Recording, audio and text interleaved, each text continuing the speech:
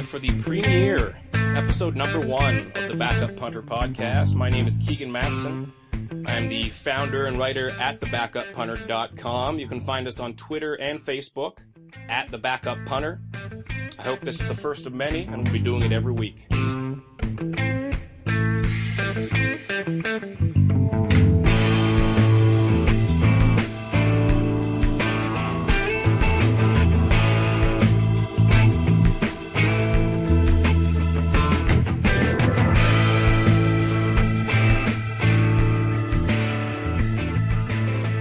Now, before we say a single word about football, I want to start by saying thank you for joining me on the first edition of this podcast. The difference between 50 and 51 views, the difference between 75 and 76 listeners, that's much more than just one to me. So I really appreciate you taking the time, and I hope you'll come back week after week as we do grow this.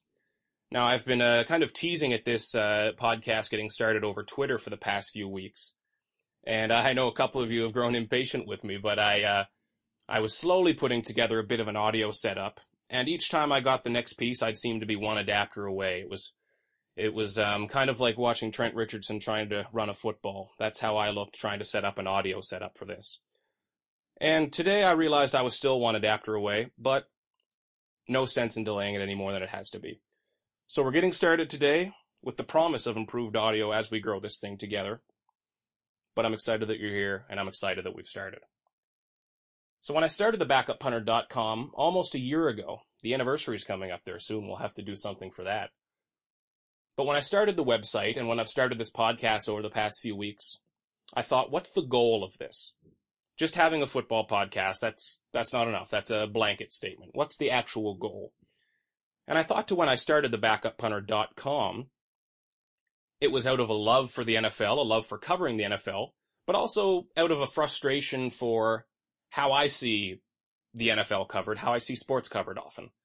And it's not an effort to do it better than, it's an effort to do it differently. And a lot of this comes down to the fact that sports journalism, media coverage of sports, it's developed into something where getting you to the page, getting you to the article is important, but the quality really isn't. Advertising, click views, they drive a lot. That's why you see these 95-page slideshows as articles instead of lengthy, quality long form. And I understand that, but I want to do something different at the Backup Punter, and I want to look at what operates below the surface level in the NFL. If a team signs a left guard, there's more there than just a quick news story about a left guard. Does that mean that the team is going to develop more of a power running game? Does that mean they're going to look at a running back in the draft? Does that mean that a center might now be kicked out to guard on the other side? What's it mean for the rest of the roster? So that's what interests me with this podcast, and that's what we'll be talking about. So as we grow this in the coming weeks, I hope to develop this into somewhat of a platform, but certainly not a platform that I just stand on and speak to you from, because nobody would enjoy that. I hope this is a platform that we stand on together, talk about football, debate football, respectfully, lovingly, maybe. But one where we have conversations and learn more about the game, enjoy the game more, enjoy the game differently. And a big part of that is your interaction. So anytime during the week, over Facebook, over Twitter, again, both at the Backup Punter, or you can go to thebackupunter.com in the comment sections, grab my contact information from there. Anything that you want to hear discussed on the show, any questions you have, send them along. Don't forget to include your name, where you live, and we'll include them on the show. There's no such thing as a stupid question here. I'm always happy to hear what you're thinking about, what you're debating, and what you think about the NFL. So to get started today, I thought we might take a look ahead to the NFL draft, but for the first episode, I thought it more proper to look back at free agency that's passed, because you can't have an intelligent conversation about the draft until you've really taken a lay of the land for what's happened in free agency. Now, NFL free agency and the draft, they're often viewed as two separate entities, half and half of the offseason, when really they couldn't be more similar. They rely on each other. The NFL draft determines what you need in free agency down the line. Free agency, at the beginning of every offseason, helps determine your draft strategy coming up. They're hand in hand, they are related, and that matters. Now, when we look at free agency, the headlines are the ones that everyone pays attention to. The Ndamukong Suh, Byron Maxwell, DeMarco Murray, Jeremy Maclin, these massive contracts. Well, it's no secret that massive contracts in free agency aren't always what brings Super Bowls around. And I will take time to talk about those contracts. But at the same time, I want to explain to you why I don't think those are the most important and why those don't interest me as much. And it's because contracts like Suh, Maclin, Murray, those aren't where GMs make their money. That's not when pro personnel guys, the director of pro personnel, that's not where they make their money. And the reason why is because no GM in the league was sitting at their desk earlier this month thinking, hey, I don't want Ndamukong Suh. Even if it's for 1 year, $1 million, I don't like the player. Oh, I don't want Jeremy Maclin, don't like the player. Everybody likes these players. These are great players. It's an issue of dollars available, and sometimes it's a bit of luck involved with your market. Is it a big market for someone that wants to play in a spotlight? Like Ndamukong Suh, is it a market like Florida that does not have a tax on his contract? That's not something that comes up very often, but that's a difference that makes, millions more dollars for Ndamukong Suh, the fact that he won't be taxed. Whereas if he were in California, I haven't checked the numbers lately, but I think it's in around 12-13% he'd be being taxed. That's big on a $114 million contract. So contracts like that, hats off to the GM, but a lot of that comes from ownership. Let's take a run at the big fish. Let's go get this guy. What impresses me more is B-level free agency, phase 2 free agency, you'll hear it called, and that usually starts to take place after the first week has died down. That's when you'll see these little deals for 3 years, $9 million, 2 years, $6 million, 1 year, $5 million. Because when you get to the playoffs, oftentimes the strength of the bottom of your roster is just as important as the top of your roster. Look at NFC championship games, AFC championship games, Super Bowls. Unlikely heroes are a trend. As you get to the end of the season, smart teams try to expose weaknesses on other teams. If those weaknesses are poor players, they will get exposed. But if those perceived weaknesses are strong veteran players or a youngster with upside, then that player's going to surprise, and he's going to take his team over the top. These little B-level signings are how I relate free agency to the NFL draft.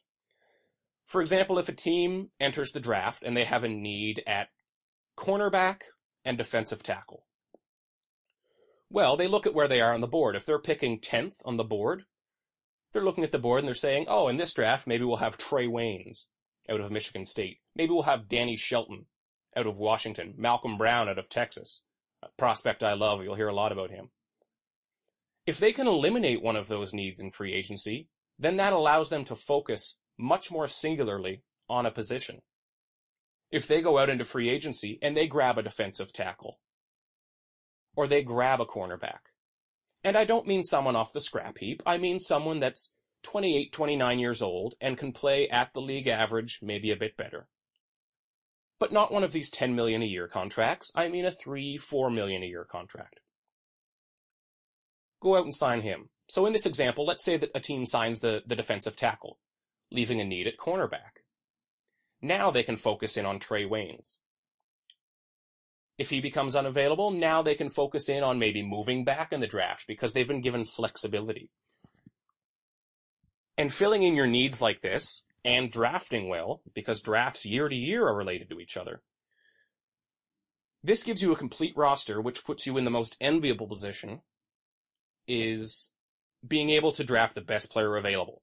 You'll hear that term all the time in the next month, best player available. And this is something that teams like Green Bay, Seattle, New England Patriots have the luxury of doing, because they get to the NFL draft, and they might have some positions they'd like to upgrade, but they don't have a glaring hole. There's nowhere on their roster where they don't have a player. They've drafted so well, they've signed so well, that they always have the next man to come up. You look at Bill Belichick, how well he uses players in New England. You look at the Seattle Seahawks, their offense, from third-round pick Russell Wilson all the way through the offensive line, backfield, tight ends, wide receivers. These are late-round guys, mid-round at best. A lot of them are undrafted free agents. Freebies, undrafted free agents, that they're building a roster with. So when it does come to the first round, they can say, hey, we don't need that first-round pick. Let's trade it for Jimmy Graham and turn our offense into something that's terrifying. That's what it allows you to do. Now, here's a stat that really blew me away. I read it on ESPN Stats and Info earlier this week, and I swear to you, I spent about 2 hours trying to prove it wrong because it drove me nuts. But I couldn't. Right now, the Green Bay Packers have 57 players under contract. 57 guys that are under a deal right now through 2016. Of those 57, 56 players have never played a down of football in the NFL for another team. Julius Peppers is the only player on the Packers roster right now who's played a snap for another team in the NFL, and he's their oldest player. Think about that for a moment.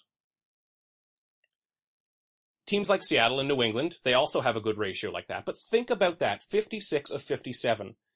Then look around the league at teams like Oakland, although I don't want to pick on them because I like what they're doing now. But teams like Washington, the New York Jets, every single year you see them going into free agency, two guns blazing, eyes closed, and hoping to God they hit a target. And that's not a way to build a team. The way to build a team is to have a constant flow of young talent that comes from the draft. Free agency allows you to draft well. So let's take a look around the league. And we won't go team by team. We won't beat this to death, but we'll look at some teams that did well, some teams that might not have, and some teams that just didn't have free agency shake out like they thought it would. And where else are we going to start but the Philadelphia Eagles with Chip Kelly? Now, love him or hate him, I'm not his biggest fan, I'll admit that. I've wrote about that on the BackupPunter.com. But if you don't enjoy Chip Kelly, then you're out of your mind. I don't care if you have a Dallas Cowboys tattoo over your heart. You've got to enjoy what Chip Kelly brings to the Philadelphia Eagles and to the NFL. Because the NFL, in terms of on a transactional side, the NFL can get boring. This isn't the MLB, the NHL, especially not the NBA, where teams just make a trade and say, hey, I hope this works out. And that's because the NFL isn't big on prospects. It's all about picks. People don't want to trade their picks. But just straight trades, like Chip Kelly is introducing, those were foreign. And it's really kind of loosened up the gears. And this all started with a blockbuster that came out of nowhere. LaShawn McCoy for Kiko Alonso to the Buffalo Bills.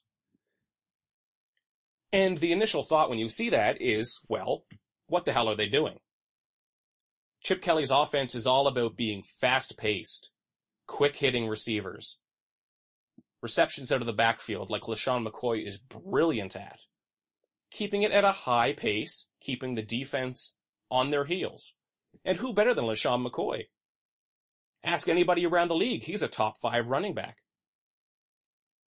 And they trade him for Kiko Alonso, a second-year linebacker, inside linebacker, who's coming off an injury that cost him pretty much all of 2014. When you look at it just by itself, you think, wow, this is crazy. But don't look at it by itself, because an NFL offseason cannot be viewed as anything else other than its total state. The Eagles saved a ton of money with that move. Chip Kelly takes that money, signs DeMarco Murray. Is he better than LaShawn McCoy? Worse than LaShawn McCoy? You'll get 10 different answers from 10 different people. I worry about DeMarco Murray because his workload last year was insane. If you haven't read the article yet, go to the BackupPunter.com, and just a few weeks ago, around the time of the trade, I wrote about DeMarco Murray and what they call the curse of 370. When a running back carries the ball over 370 times, their careers really tend to fall off a cliff. If not the next year, then definitely the season after. Look at Larry Johnson. That's the name I keep linking him to. Different situations. Johnson was used a little more heavily early in his career, but there's enough there to worry. They gave DeMarco Murray 5 years, $40 million, with $20 million guaranteed. They'll probably love the deal this year. Will they love the deal in 2019 and 2020? I'm going to go with no. But what I'm getting at here is when you view this deal in its total sense, Chip Kelly basically traded LeSean McCoy for DeMarco Murray because of the salaries. And then he got Kiko Alonso on top. Now, Kiko Alonso is going to be very important to this defense, and everyone just forgets about him because he's not the headline. As an inside linebacker, I love a player like Alonso because he can cover tight ends. As much as I love a good downhill thumper who plugs the run, an inside linebacker who covers tight ends is so important. Philadelphia Eagles gave up more passing plays of over 40 yards than anyone in football last year. Their secondary was bad. No way around it. They've went out this year. They've got Byron Maxwell, Walter Thurmond, who's kind of a flyer signing, but they are really pumping some talent into their secondary. Now, their safety position has some work to do. Maybe Landon Collins will reach them at 20. I think that would be a great pick. But what Kiko Alonso is going to do is he is going to take care of tight ends. He might even be able to bump and run a slot receiver enough to keep him out of a play. That's going to buy the defense an extra half second. That's going to take away an easy dump-off option from the opposing quarterback. You've got to be strong at inside linebacker, and Kiko Alonso is. He's got the potential to be very good for a very long time. And you never know. Another 2 years, LeSean McCoy, his career could fall right off a cliff. Kiko Alonso could play in Philadelphia for 10 years. And they could really exit this the winners. Philly also signed Ryan Matthews, and as someone who has been unfortunate enough to roster Ryan Matthews in several fantasy leagues, I can tell you he's much better at shaving fancy designs into his hair than he is at running the football. But there's potential there in him.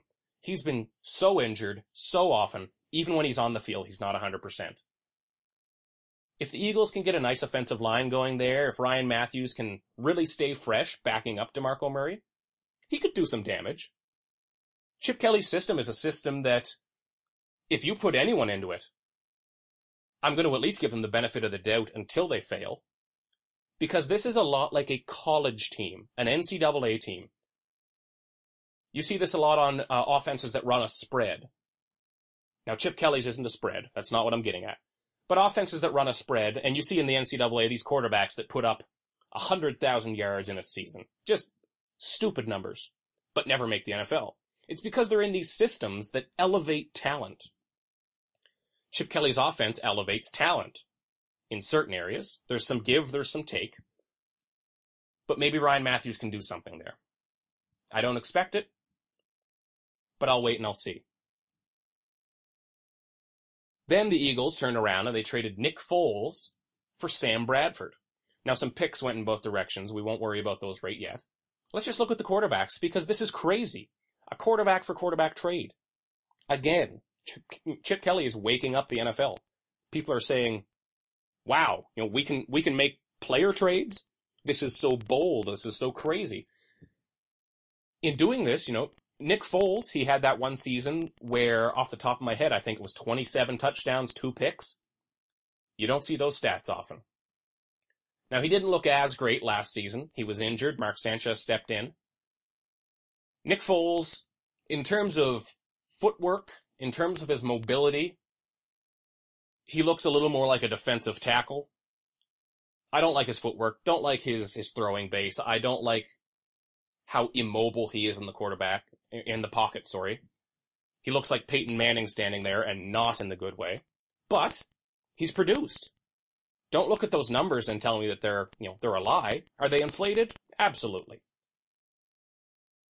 But they're not fabricated. So when I look at this trade, the Eagles are bringing back what they hope to be some untapped potential. Sam Bradford has been injured and injured and injured. But now he's teamed up with his old university roommate. Him and DeMarco Murray owned the backfield at Oklahoma, and they had a very, very productive college career together. Could that spark him again? Could Chip Kelly's offense spark him? Maybe get him some good open looks, build his confidence. When Sam Bradford's right, the arm talent's there. So that'll be interesting. The only thing missing from this equation for me is wide receivers. Who is he going to throw to? They've been left now with Jeremy Maclin gone, Deshaun Jackson gone, both in the last 2 years.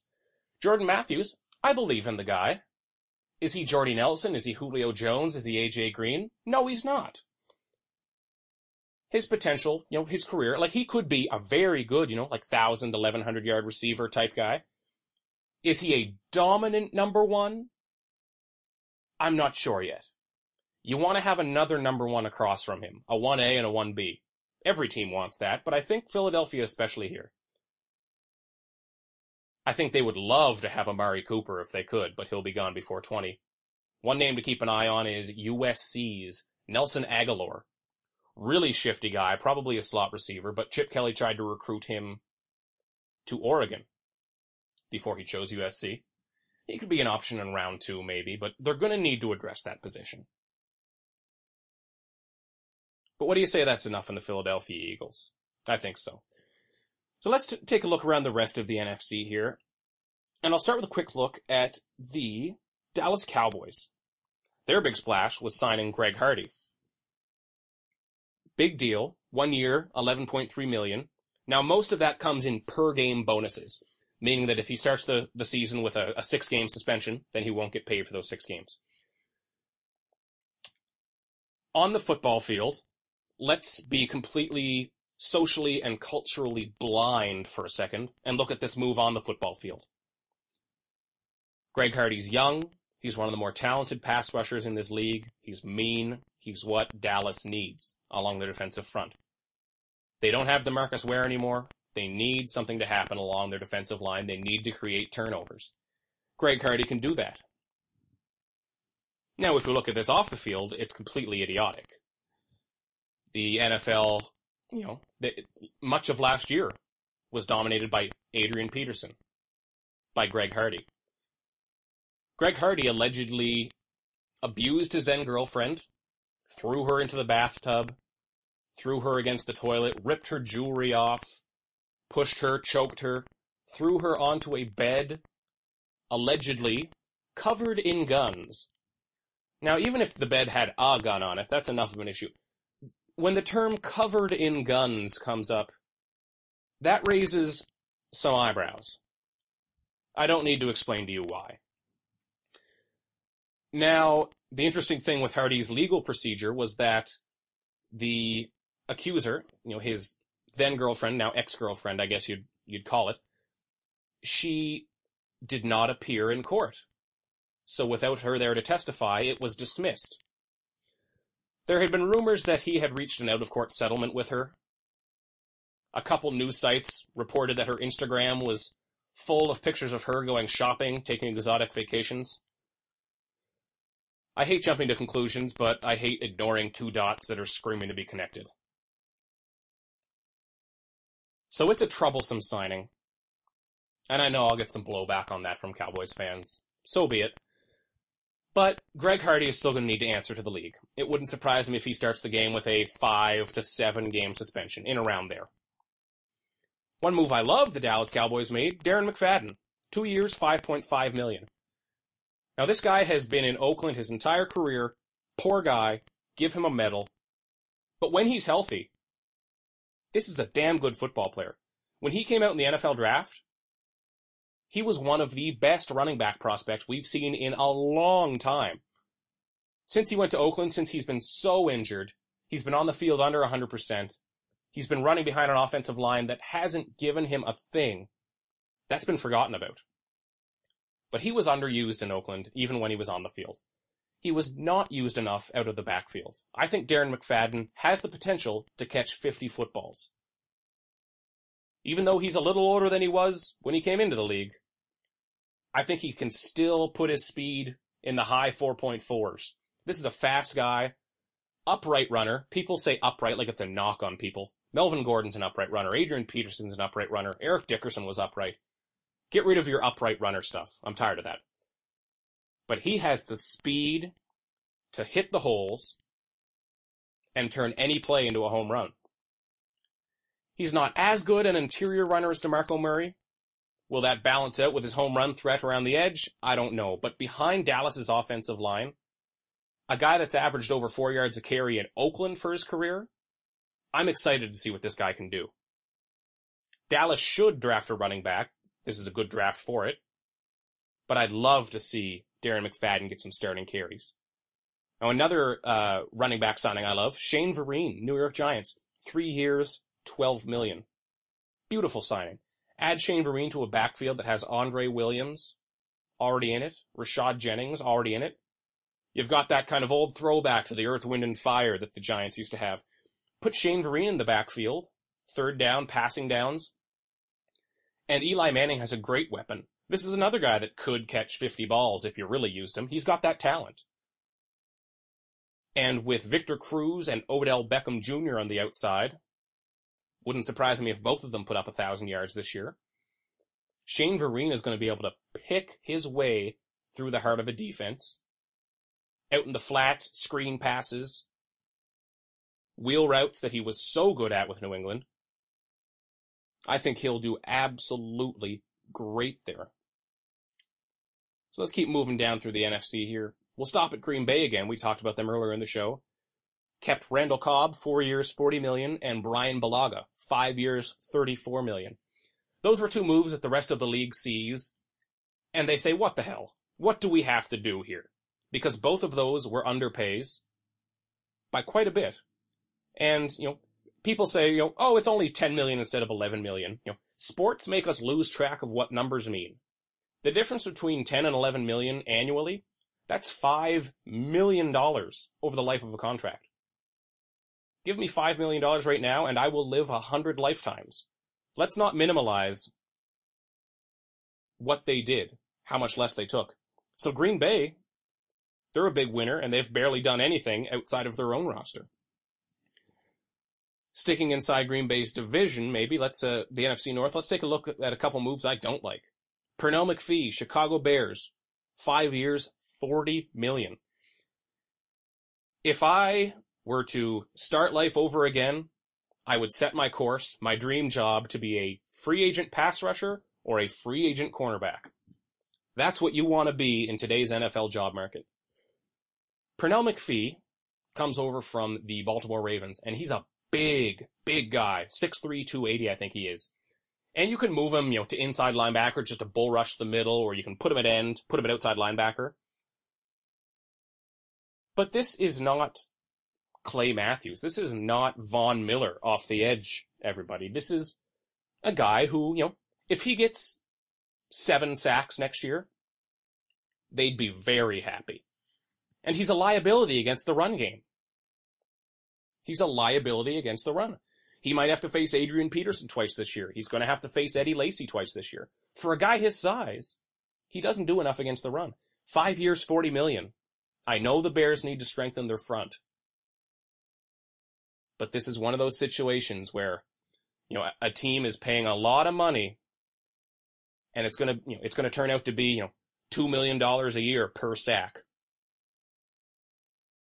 Jumping over to the Minnesota Vikings. Now, they surprised me. They traded for Mike Wallace, the troubled receiver out of Miami, who was given a monstrous contract and then stomped his feet, had a little temper tantrum about, the team's success, his own success, his role in the offense,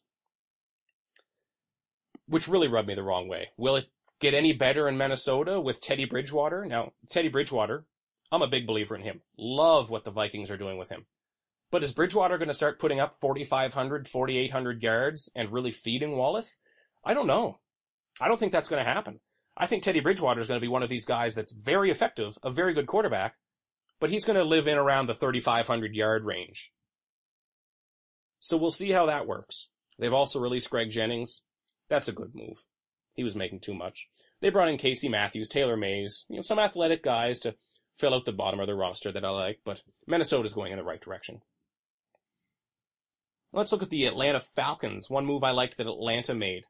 They signed Brooks Reed, linebacker from the Houston Texans.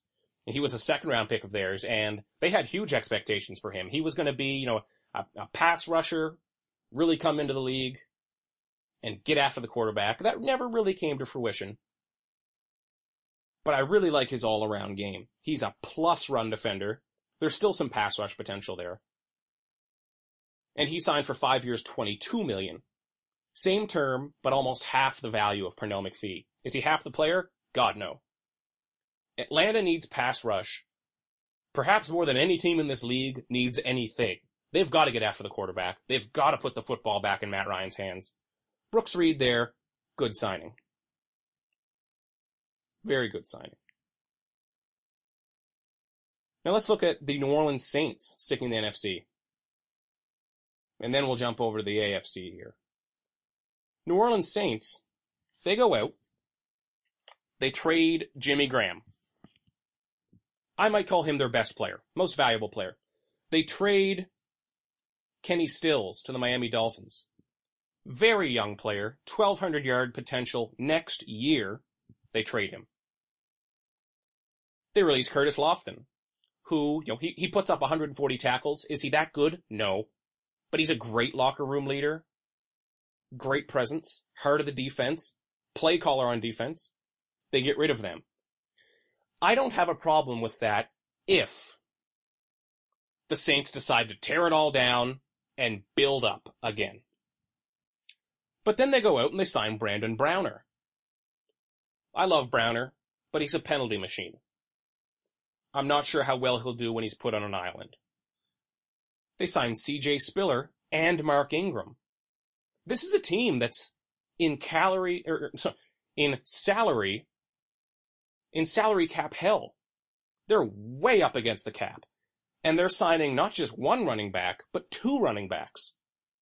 And they're not giving them DeMarco Murray money, but they're in around the, $4 or $5 million a year there. Why? Why is that the allocation of resources? And this comes down to money. And I'm not talking about player money. I'm talking about the fact that NFL franchises still need to make money. They're businesses. They have owners. They have employees. The Saints are trying to rebuild while still trying to win. That's a very easy way to get stuck around 6-10, 7-9 for a long time. Always on the cusp. Always on the cusp, because you're signing players, you're trying to get there. They've got a quarterback, Drew Brees. I hope his arm holds up. It was looking a bit off last year. But since you never tear down and really get that top pick, since you never tear all the way down, get rid of your bad salaries, and build it up from the ground floor, you've got a cap on your success. So I do worry about them. And the NFL is a much better place when the New Orleans Saints are winning. So I hope they turn it around, but I really, really am not comfortable with the philosophy they're going into that with. And that's enough of the NFC. Let's switch over to the AFC here. And the first team I'm going to look at is the Miami Dolphins, because I like what they've done. Ndamukong Suh is their big fish. 6 years, $114 million. Are they going to like that in 5 years? Ask me then. I don't think so. But if you're going to absolutely blow your head off with a contract, at least make sure you've got a good player. Ndamukong Suh is a great player. That's way too much money. Way, way, way too much money.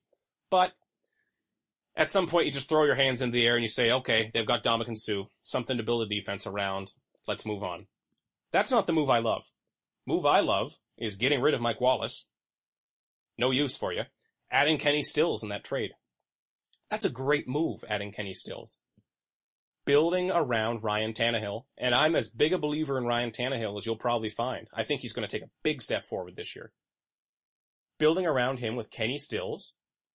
I wouldn't be surprised if they add one more wideout, maybe even in round one of this draft. Michael Crabtree has visited there. I think he'd be a beautiful fit. But when you get another starting receiver along with Kenny Stills, This starting receiver, like a Crabtree, can work the intermediate routes. Stills can blow the top off a defense. And that allows for the rest of this offense to really, really work around it. The best part of all of this is that they've got Jordan Cameron now. 2 years, $15 million. That's a good signing. Cameron, he struggled with injuries last year with Cleveland. Concussions, he's had shoulder injuries. I do worry that he's a concussion away from having his career in jeopardy here. But this is a big, athletic, fast tight end. Former basketball player. That old story. For $7.5 million a year, I think they've upgraded at the position, while Charles Clay took a mega deal. Big deal. 5 years, $38 million with the Buffalo Bills. If you ask me to take one of those tight ends this year, I'm taking Cameron. 10 times out of 10. He's going to give Tannehill another option. And this is going to open it up for Jarvis Landry, who is going to have a damn fine season this year out of the slot. Jarvis Landry played at LSU with Odell Beckham Jr. He was their second-round pick last year. And he is a perfect slot receiver. So if they can find another starter to put on the outside, and they can get Jarvis Landry eating up the middle, teams will have to choose between covering Jarvis Landry and Jordan Cameron. That could be scary. That could be very scary. And that'll be very good. Now, sticking in that division, Buffalo Bills, of course, they got LaShawn McCoy. They took on Percy Harvin as well. Not a guy I'd want within 2 continents of my football team, but at some point, if there's any guy that's going to keep him on the right, if there's anyone that's going to rein in Percy Harvin, isn't it Rex Ryan? Isn't that the type of personality Percy Harvin needs? We'll see. New England Patriots, with what I think will be one of the best signings of all of free agency, Jabal Sheard from the Cleveland Browns. 2 years, $11 million. That's what I was talking about earlier, these Plan B free agents. 3 years, $9 million. 2 years, $11 million, like this. Doesn't kill you with the cap. Jabal Sheard can be a very good pass rusher. Bill Belichick is going to use him very well. They also kept Devin McCourty, almost $10 million a year, but you're getting a great safety in a draft class that is terrible at safety. New York Jets, Darrelle Revis. 5 years, $70 million with $39 million fully guaranteed. Fully guaranteed. No matter what, he gets that $39 million, and it can go as high as $70 million. I'm a broken record. Are they going to enjoy that in the 5th year? No. Are they going to enjoy it this year? Absolutely. They also brought in Antonio Cromartie, Buster Screen, safety Marcus Gilchrist. Rex Ryan is just sitting in Buffalo right now thinking, what the hell? Where was this when I was there? So they're really building a defense, and nothing I love in the NFL more than when a team really builds around their image, When the Raiders play a mean brand of football, when the Jets or Steelers play a real strong, defensive, hard-nosed game. I love that. I'm a sucker for that. So to see the Jets doing this is great. With the number 6 pick in the draft, they could grab someone like a Randy Gregory, a Vic Beasley, build up their pass rush too with Muhammad Wilkerson. Quarterbacks won't stand a chance. Tom Brady, look out. Now, we've mentioned the Cleveland Browns a couple times. What have they done? Well, they've added Dwayne Bowe, not a receiver I like. Big, slow, and would operate best as a 3rd or 4th option at this point. And they've signed Brian Hartline, another guy who's a number 3 option. Right now, those are their 1 and 2 options with Josh Gordon gone and not a lot of depth behind them.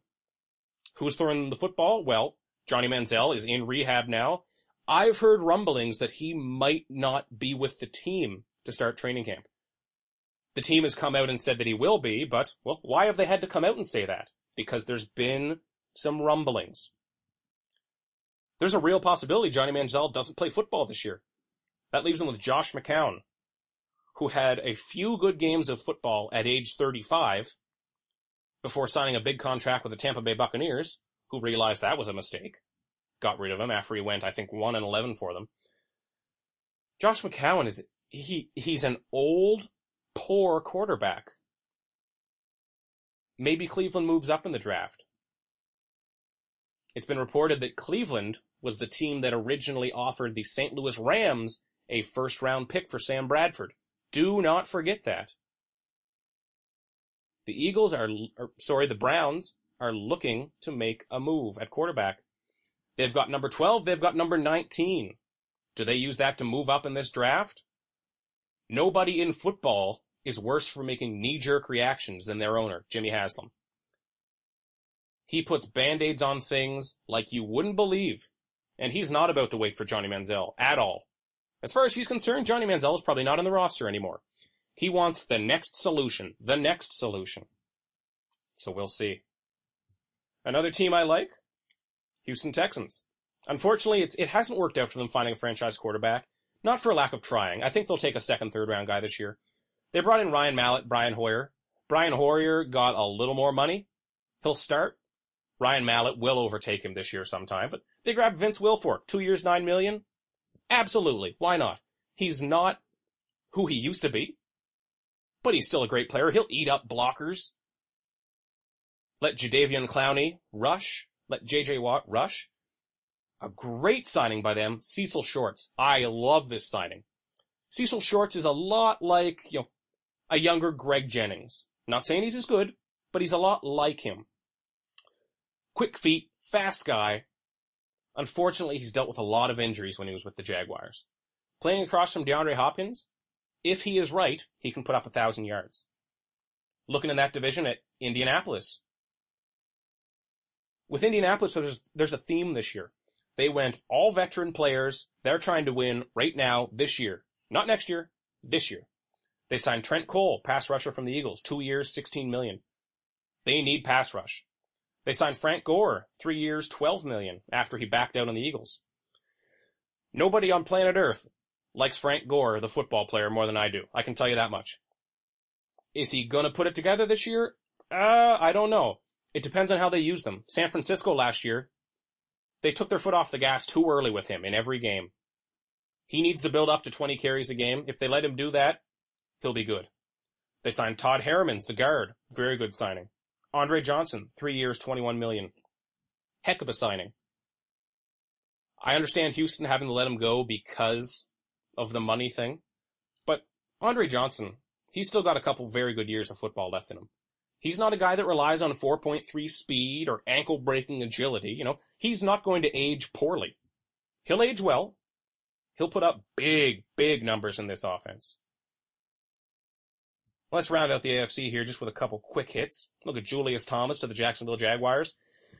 How is he going to do without Peyton Manning throwing him the ball? That scares me. But, north of $9 million a year, you give Blake Bortles a guy. If you're going to spend big in free agency, make it have an effect on your team. This is more than just a tight end. This is giving your second-year franchise quarterback a number one option. Most importantly, a red zone option. Jags really struggled there. At least it will help. Tennessee Titans grabbed Brian Orakpo, 4 years, $32 million. That'll either be one of the best or one of the worst signings, depending on if he tears a pectoral muscle. He's done it 3 times already. Jeremy Maclin of the Chiefs, 5 years, $55 million. I'm willing to bet at least 10 cents that he won't put up the numbers he has been putting up in Kansas City, but he'll be just as valuable. He'll be very valuable to that team, and I hope that'll help wake up their passing game. San Diego Chargers, good signing with Orlando Franklin, 5 years, $36.5 million. He'll slot in at guard, and they're a team without a running game right now, without a running back. Could they jump on Todd Gurley at 17? Todd Gurley, Melvin Gordon? That makes a lot of sense right now. And then last we'll look at Oakland. Oakland had a weird free agent period. I expected them to go hard after Julius Thomas, Randall Cobb, after Jeremy Maclin. And I'm sure they did, but they didn't get any of them, unfortunately. Maybe they didn't offer enough money, maybe it's the market. Who knows? But they didn't get any of their big targets. So, they signed Dan Williams, defensive tackle from Arizona. 4 years, $25 million. It's an overpay, but that man stops the run. Almost as good as anyone in this league. They signed Curtis Lofton away from the Saints. Another overpay, but you're getting a locker room leader. They signed Rodney Hudson. Made him the richest center in the league. Again, you're protecting your second-year quarterback. I see the sense in it. Overpays, but again, Oakland's got the money to do this. And they're doing it right. They're not going out there and making Albert Hainsworth signings or anything. But call me crazy. I'm going to say I like what they've done at running back. They signed Trent Richardson. If you've ever visited thebackupunter.com, you know my thoughts on Trent Richardson. They are not positive. They signed him to 2 years, $3.9 million. If Trent Richardson never plays a down of football for Oakland, that contract won't even matter. That's a drop in the bucket. They've got all the cap space in the world.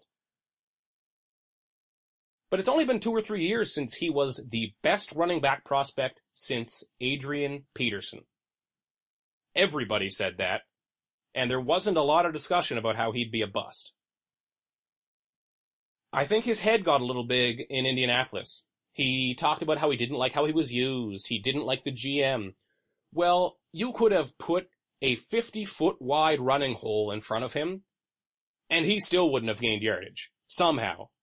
It was like watching a man run with his feet glued to cinder blocks. It was painful. And it's too bad, because I loved him at Alabama. Loved him. But put him into Oakland, and you know what? Give him a shot. Maybe this humbles him. Maybe something clicks. We'll see. But the move I really love here at Oakland, and I wanted to use this as one of my big examples for these Plan B free agents to help your team. Roy Helu from the Washington Redskins. I've owned Alfred Morris in most of my fantasy leagues the last couple of years. Just more out of coincidence. I do love the player. So I've watched a lot of Redskins games, more than I'd like to admit. So I've seen a lot of Roy Helu, and he stole a lot of fantasy points from me. I've said some angry things his way, but I didn't mean them. He comes in 2 years, $4 million. Great signing. Put him in there on passing downs. He's an excellent receiving back. Another receiving back with 50 catch potential. Carr needs one of those options. They really didn't hit any home runs at tight end. They needed a tight end. They didn't get one in free agency. This draft isn't good at tight end. So Carr needs a check down option. He needs a safety blanket. And on third downs, passing downs, I think that'll be Helu. Last year, I mentioned how I hated how they used McFadden. Not enough in the passing game. Hopefully Jack Del Rio comes over from Denver, where passes to the running backs were becoming a big part of the offense. Hopefully he brings that with them. Hopefully they can get the ball to these running backs in some open space, because that will really help Carr a lot. I think the Oakland Raiders are going to take a good step forward this year. Both them and the Jacksonville Jaguars, I'm optimistic about them. It's no longer just this hopeless, will we be 2-14 or 3-13? Those days are done. They're building it right because they stripped it all the way down. That thing the New Orleans Saints aren't doing. So that wraps up the look at free agency for this year. There's going to be a lot more to come. If you look at the top 100 free agents available originally, there's still probably 15, 20 of them available. So next week we'll update on some more signings, but next week we'll finally shift our focus fully to the draft. Now that we've set this base up with free agency, some of the player moves, we've got something to stand upon. We can look back. What do teams need? What do they want? What can they do? What value can they get? So starting next week, we're going to start to take a position-by-position breakdown of every position in the draft, starting with quarterback, running right through to the offensive line, defensive line, secondary, anything you can think of, just to get a base understanding of who these prospects are. Everyone knows the Jameis Winstons, the Mariotas, the Kevin Whites, and Amari Coopers, but chances are your team is just as likely to draft a guard, a defensive tackle that you don't know much about. So we'll go through. I'll introduce you to all these prospects, the first round, and in the coming weeks we'll have probably a couple specials off of the regular schedule, just to look at the NFL draft. We'll have a mock draft special. We'll have a top prospect special where I really go through the prospects that I love, that I think are being underrated by people, like Malcolm Brown out of Texas, and maybe the prospects that I don't love. Guys like Randy Gregory, Shane Ray out of Missouri, that I'm nervous about at the next level. So that'll be coming next week and a couple weeks after. So again, I thank you very much for joining me on episode number 1, the premiere of the Backup Punter Podcast. Long awaited. It's only going to get better from here. And I hope you do join every week. Keep your eyes on the backuppunter.com, on Twitter at the Backup Punter, on Facebook at the Backup Punter. Type the Backup Punter into something, ask Jeeves, and I'm sure he'll get you in my direction. Now, hopefully we'll be getting this podcast synced up on iTunes and on Stitcher for Android in the coming week or two, and I'll send out a notification when that is the case, so you'll be able to follow along with this podcast through your app store. But until then, you can follow us at thebackupunter.com. Come back early, come back often. There's new content every day. And I thank you very much for being a part of the first episode. My name is Keegan Matheson, and this has been the Backup Punter Podcast.